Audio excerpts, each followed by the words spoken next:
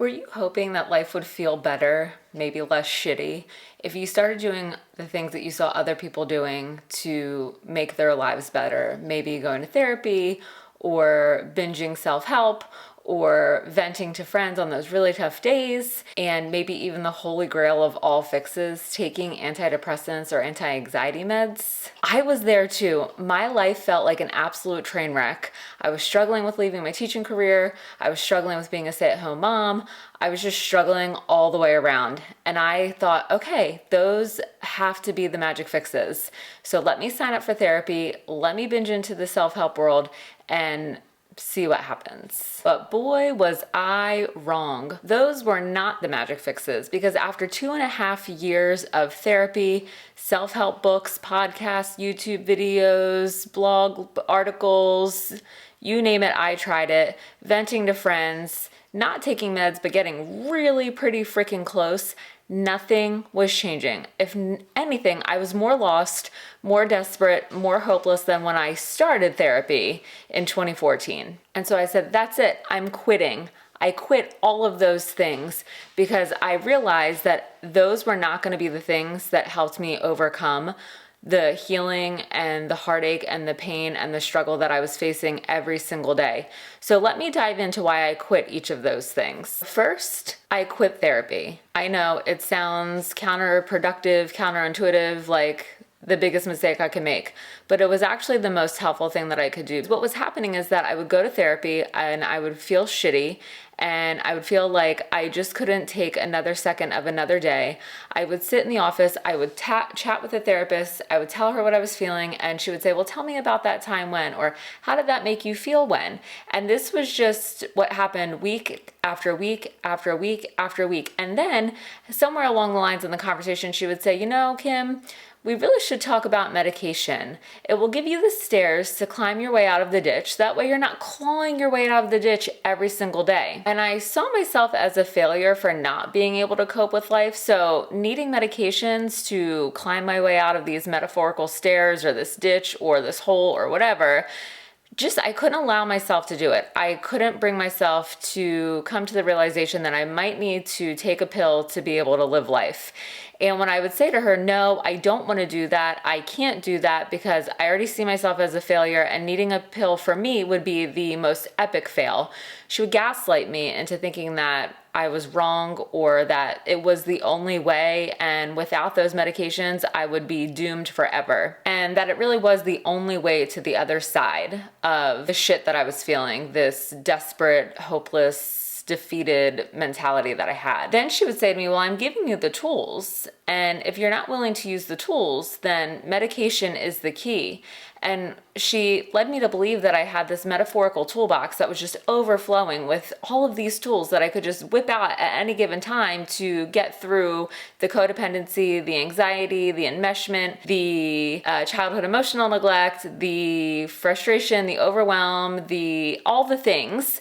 And really the toolbox was empty. She gave me 2 tools. One was invisible scissors and the other was invisible cooking spray. But the thing is, I wasn't aware enough of when I was being codependent or enmeshed or anxious or depressed or any of the other things to be able to get those scissors or that cooking spray out and actually use them. The other thing was that she was giving me these surface level things like, Kim, you are the CEO of your household, so tell your husband what you need from him. But I didn't see myself as the CEO of my household. So it was really hard for me to take that role on, let alone to be able to articulate something that I needed, because quite frankly, I really didn't know what I needed. I was still in this stage of self-discovery and figuring out what life meant without a teaching career, which was my whole identity, and struggling with being a stay-at-home mom, and now all of these labels that she just kept throwing at me left and right. And it was just way too much to comprehend. It was overwhelming. And so trying to figure all of that out, but also being the CEO of my household and knowing what that meant, I couldn't do it all at one time. So she was really just digging my ditch, my metaphorical ditch, into a deeper, wider, longer ditch. The worst part of therapy was that I was becoming dependent on my therapist, because I would struggle and I would think, oh my gosh, I need a session with the therapist. I have to have a session. I don't even think I can wait a whole week until my next session. And I would make it through. I would get to the session and we would talk and talk and talk and talk and talk. And I would think to myself, oh, she's going to give me the answers. She knows what I'm going through and she's going to be able to tell me what I need to make this stop. I would talk and talk and talk and she would listen and ask me about my feelings. But I would leave this session really not having any idea of how to move forward. And then guess what? I would find myself in the same situation the following week, feeling stuck, feeling overwhelmed, feeling like I didn't know the answer, and feeling like I needed to have a session. Get to the session, praying, hoping, wishing that she would give me the answer that I was looking for, but just talk and talk and talk and talk and leave with still no answers. After a while, she started pressuring me to have my husband come to my sessions, and that was just not an option. And then I was being gaslighted for not being vulnerable with my husband. And really, these sessions weren't about my husband. I mean, they were, because I would complain about being misunderstood by him and not getting what I needed from him and him not understanding. But he had a different upbringing than I did.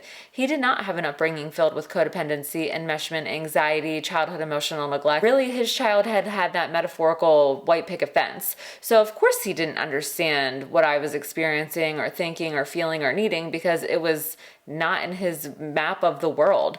So we were on like two different islands. But then to be gaslighted for not wanting to ugly face cry in him and have him hear every deep dark thing that I was dealing with and feeling like, no thank you, who wants to sign up for that? But then to be told that you're wrong for that is even more wrong.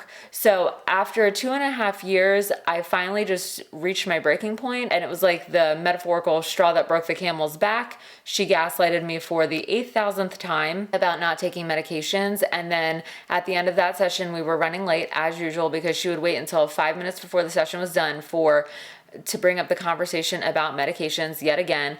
And then she would say to me, on this particular day, she said to me, do you need a hug? And I really didn't want her to hug me. So I just kind of leaned in and said, oh, thank you so much. And then she was like, well, time to put your game face on. You're probably really good at that, aren't you? And that was like it for me. That was the final straw. I realized I had had enough and this was toxic and I wasn't getting anywhere. And I was tired of running on this hamster wheel thinking that I needed this lady to give me the answers and help get me out of the ditch. So that was it. I never went back after that. Because I felt like I wasn't getting the answers from my therapist, I quit thing number 2, and that is binging self-help. Because what was happening in therapy is that she was giving me a label. She would say codependency, and then give me this really vague explanation about what codependency was. And so I would go home, I would take to Google, and then I would look at every single thing that would come up on the Google search, and then I came across Melody Beattie and the book Codependency No More. And so I binged that, and then I binged The Language of Letting Go, and I binged the Codependency No More workbook, and then I got Melody Beattie's Daily Affirmations. And so this happened with codependency, it happened with childhood emotional neglect, it happened with anxiety, it happened literally with every single thing that came across my path, because I felt like I didn't have the answers. I couldn't rely on a therapist to get the answers, so where else was I going to turn? I had a husband who didn't understand. So the self-help industry was like, for me, like the mecca of help. And so what was happening was that I was doing this binging on repeat, and it was just this vicious cycle of information. But the problem was I was drowning in information, literally drowning, because I had so much information at my fingertips that I couldn't say, okay, today or now, this is the piece of information that I'm going to focus on. Here's the step that I need to take. I couldn't do that, because within that information, it was a lot of facts. It was a lot of learning, but the thing that was missing was a lot of tangible action steps. Or they were action steps that felt completely out of alignment with where I was in the journey. They were too far advanced for where I was, because I didn't have the self-awareness in the moment of being triggered with codependency, anxiety, or being affected by the childhood emotional neglect, that I couldn't pinpoint the exact strategy that I needed. But then there was also no accountability with these resources. So I had all of this information. I couldn't really pinpoint the exact thing that I needed, but if on the rare chance that I said, oh, that might be the strategy that works for me, let me try that. it wouldn't stick because it felt awkward, it felt uncomfortable, but there was no one there supporting me through the journey. No one there saying, okay, Kim, how's that strategy working for you? Oh, it's not really working for you? Okay, let's tweak it and let's try this instead. Something similar, but just with a little adjustment, and see how that works. So not only was I doing this at home when the labels would rear their ugly head and I felt completely weighed down by them, but I was doing this in the car. So I was listening to podcasts, I was listening to audiobooks, I was listening to YouTube videos, and I even had a notebook in the car in the side pocket of my door, and I would scribble down notes frantically at red lights, or I would pause what I was listening to, open my notes, and do a voice memo about something that I felt was important and needed to remember. But the information overload just continued. And again, I was spiraling and getting nowhere fast. So then this brings me to number 3. Thinking about medication. I completely quit that. I stopped considering that that was even an option, even though having no luck with therapy, no luck with the self-help industry, I started to think, maybe my therapist is right. Maybe I do need those meds after all. Even though I knew that they really weren't the right solution for me, because all of the things that I was struggling with were learned behaviors. The codependency was learned, the enmeshment was learned, the anxiety was learned. It was all learned behaviors. I knew that there wasn't really a chemical component to why I was struggling. And so therefore, I really didn't think that the medication was going to work because there was no chemical component.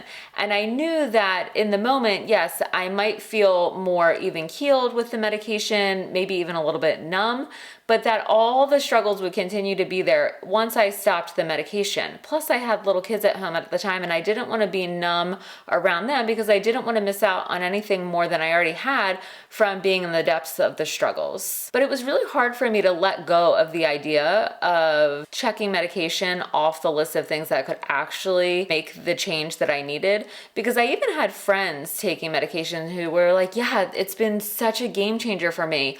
You should really consider them, Kim. Without the meds, I would still be struggling so badly. The thing is, though, that they were taking these medications, and yes, they were getting some relief from them, but they were also being affected by some really negative side effects. And so I had to take that into consideration too. And I was like, you know what? I'm just not willing to do that, especially sometimes it can take 6 to 8 weeks to even get relief from any of these medications. And I thought, do I really want to feel like I'm struggling for 6 to 8 weeks more and then not even be guaranteed that these are also going to be the fix? I just couldn't take that chance. So at that point, I was like, you know what, Kim, stop even thinking about it. The medications are not the right choice. So I said, that's it. I'm all done. No more even considering medication. And the other thing that I had to stop was telling my friends how shitty my life was.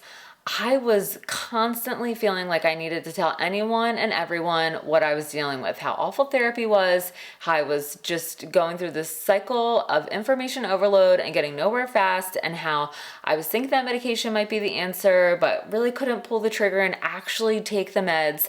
And so every time I saw like a friend, an acquaintance, I would unleash and do this verbal diarrhea all over them. And the look on their face was purely being uncomfortable. They thought, oh my God, zip your lips, lady, and stop talking to us. We do not want to know any of this.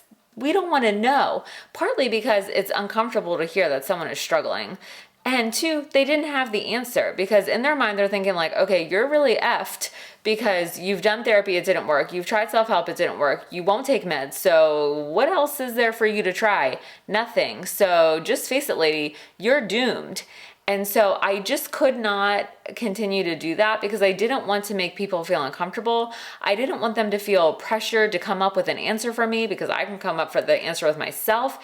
And so I just said, you know what, Kim, it's on a need to know basis, and 90% of the people that you're telling do not need to know. So stop telling them. Stop it right now. And on top of being a buzzkill, which I didn't want to be, I actually felt more alone the more I shared what I was dealing with, because most people didn't have the experience that I had. Yeah, maybe their parents divorced, but They pulled through okay. They weren't affected by childhood emotional neglect, or if they were, they didn't even have that realization, so it wasn't impacting them now as an adult. They weren't dealing with codependency or enmeshment. They weren't dealing with domestic violence or toxic relationships. They were on a completely different path than I was. And so then when I would tell them what I was going through or thinking or feeling or experiencing, they just couldn't relate. So then I felt more isolated. I felt more broken. I felt more desperate, more helpless, more alone. And it was just really not serving me at all to be sharing, because it was actually putting me in a deeper, darker place. And the final thing that I quit, I stopped relying on the labels from the therapist as my excuse, my guide, my crutch, because whenever things felt even remotely hard, remotely challenging, I would immediately say, it's because I'm codependent. It's because of enmeshment. It's because of childhood emotional neglect. And that became my narrative. I can't do this. I can't fix this. I can't feel this, or I am feeling this, or I don't want to do this, or I feel broken because, and it all came back to these labels that the therapist had given me.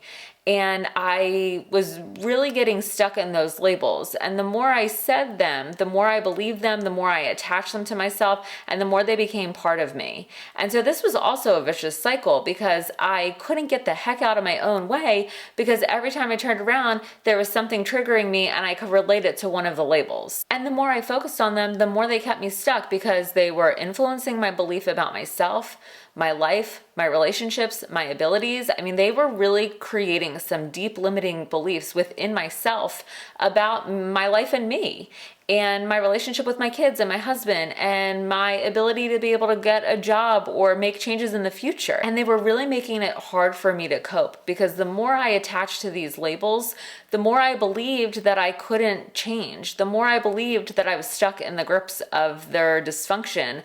And I became more angry, more resentful, more hypervigilant, more isolated. It was just really a nasty place to be. And I didn't want that for myself, because I didn't want that to be the memory my kids had of me from their childhood. And I knew that if I stuck with these labels, if I continued to use them the way that I had been, I was going to inevitably pass them down to my girls, which was the absolute last thing that I did not want to do. And when I would get triggered and would feel stuck, it would lead me back to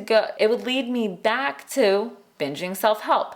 And so that was also part of the vicious cycle. So I really had to start making some changes about how I approached my journey and how I wanted to move forward and what I believed myself to be capable of, and really finding new ways, less traditional ways, to be able to cope. And a few of those things were meditation and yoga and Reiki. So if you're thinking that maybe you want to start trying some non-traditional approaches to healing, check out this video that I have here on mindfulness.